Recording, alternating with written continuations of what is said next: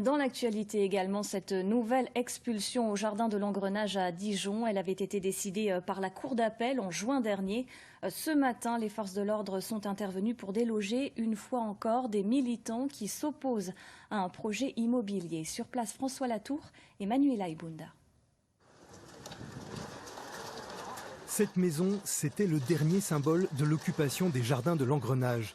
Maintenant détruite, elle a été évacuée ce matin vers 7 h avec un dispositif de police impressionnant. 14 fourgons de CRS déployés, la circulation sur l'avenue de l'Angre bloquée. En quelques heures, le terrain a été entièrement défriché. Les forces de l'ordre sont arrivées, ont tambouriné à la porte de la maison des jardins de l'Engrenage et ont demandé aux occupants d'en sortir.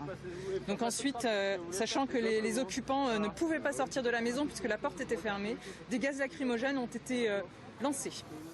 Une trentaine de manifestants sont tenus à distance, sans violence. Aucune interpellation n'a eu lieu. La circulation du tram T2 a été perturbée dans la matinée.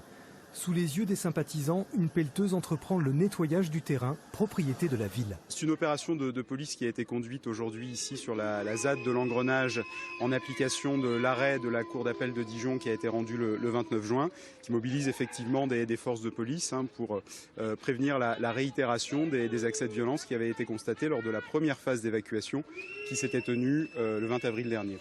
Avec cette opération, le chantier du projet immobilier peut repartir. Quant aux militants du jardin de l'Engrenage, ils dénoncent, documents à l'appui, des soupçons de favoritisme entre le maire François Rebsamen et le promoteur.